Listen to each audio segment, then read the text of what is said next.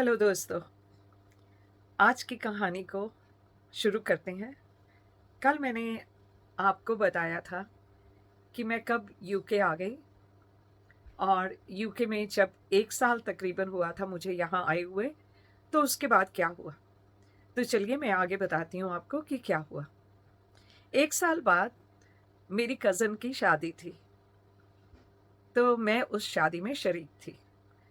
हर जगह आगे उसके साथ दुल्हन के साथ बैठना, बहुत सी मेरी तस्वीरें उसकी शादी में सामने बिल्कुल नज़र आ रही थी। मैंने येलो कलर का सूट पहना था और हर कोई पूछ रहा था, ये येलो सूट वाली कौन है? क्योंकि अभी तो शक्ल में बहुत फ़र्क पड़ गया है, लेकिन उस वक़्त की लुक्स जो थी, वो सबको शायद ज़्यादा अच्छी लग रही थी।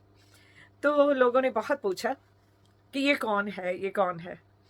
तो जब सबको पता चला कि मैं उनकी दुल्हन की कज़न हूँ, तो मेरे ससुराल वाले, जो मेरे बाद में ससुराल वाले बने, उन लोगों ने मैसेज भेजने शुरू किए।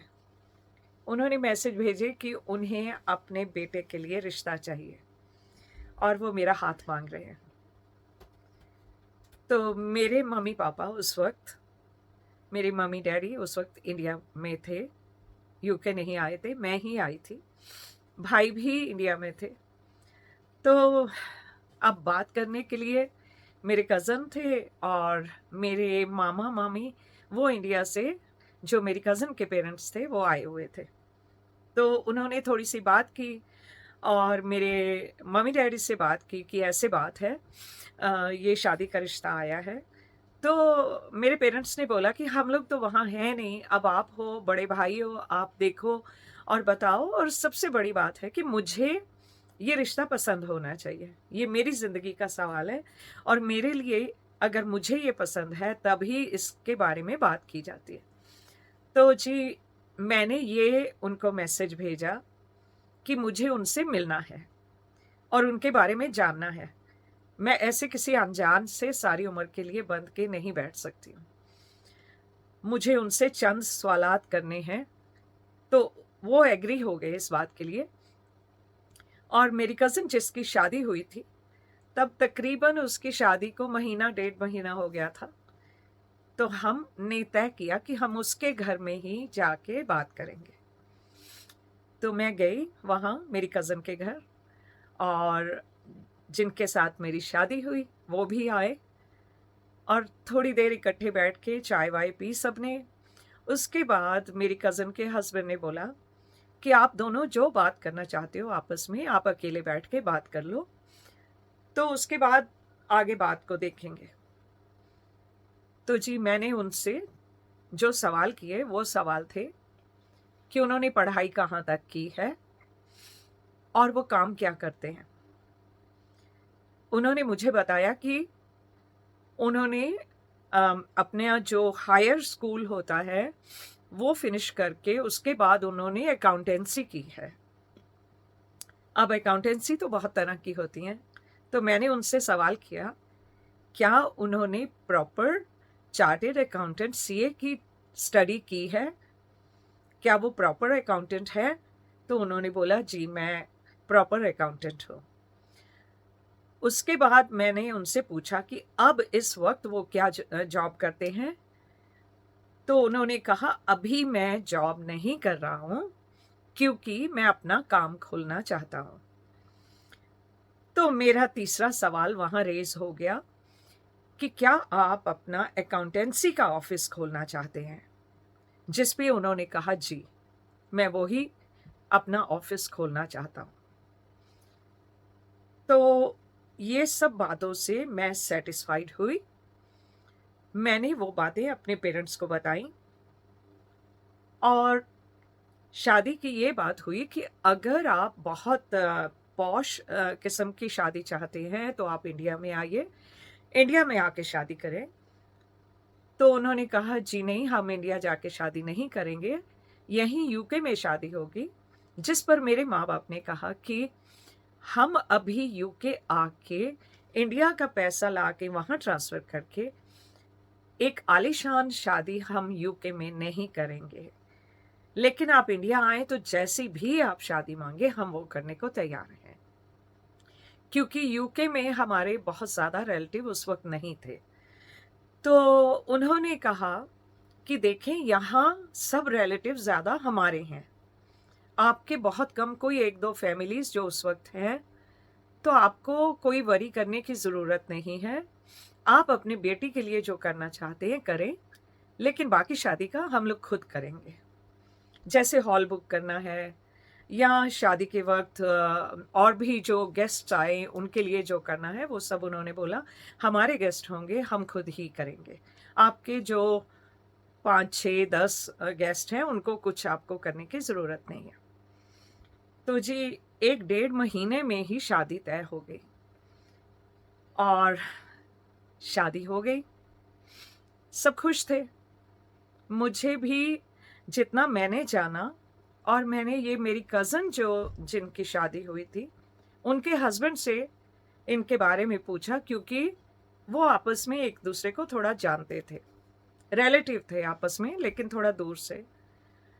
तो उन्होंने भी मुझे बोला कि अगर मेरी कोई बहन होती तो मैं यहाँ उसका रिश्ता करने के लिए रेडी हो जाता। तो मैंने उनकी बात भी रख ली कि जब ये बोल रहे हैं तो अच्छा होगा। शादी हो गई, सब कुछ ठीक हुआ, और उसके बाद 1 हफ्ते बाद मेरे पापा की लेटर आई इंडिया से। उस वक्त मोबाइल फ़ोन्स नहीं थे, और जो दूसरे फ़ोन भी करने होते थे तो वो ऑपरेटर से कॉल बुक करवानी पड़ती थी। बहुत मुश्किल था। लेटर्स ही नॉर्मली लोग आपस में लिखा करते थे।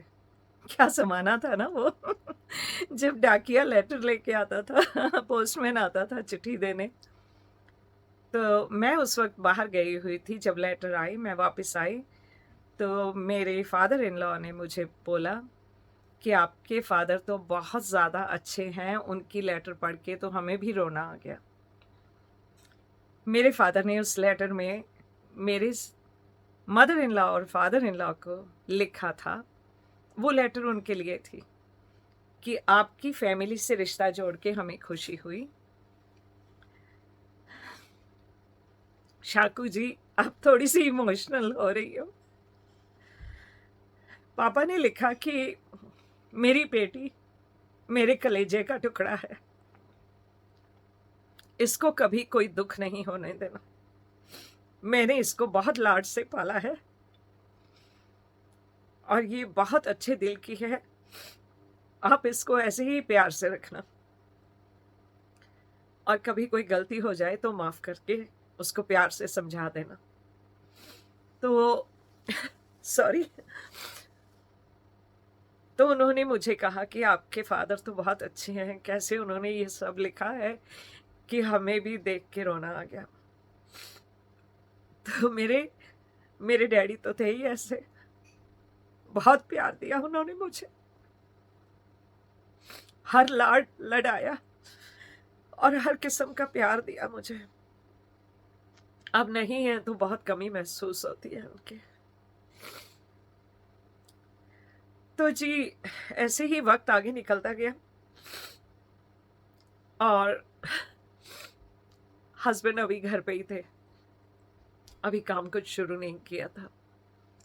तो father in law mother in law के साथ ही रहते थे, उनका अपना बिजनेस था, तो वहीं हम लोग घर में इकट्ठे रहते थे।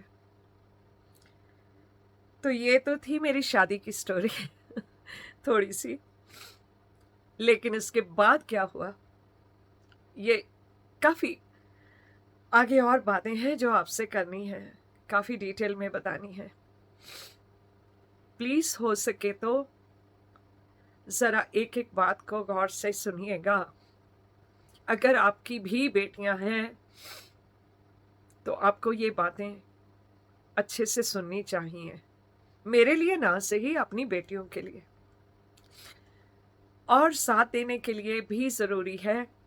एक दूसरे के हम पक्के दोस्त, एक दूसरे का नुकसान ना होने दें, और एक दूसरे की जो भी बात है, जैसे आप आते हैं वीडियो देखने और सुनने के लिए, तो हो सके तो उसको पूरा देखा करें। बहुत बहुत शुक्रिया। अब मैं, अगर कहानी लंबी होती जा रही है तो हो सका तो मैं कल शाम को भी एक वीडियो और डालूंगी, ताकि आपको बहुत इंतज़ार ना करना पड़े और ये बहुत दिन लग जाएंगे कहानी ख़त्म होने में। बने रहिएगा साथ, और जल्दी ही मिलती हूँ अगेन आपसे।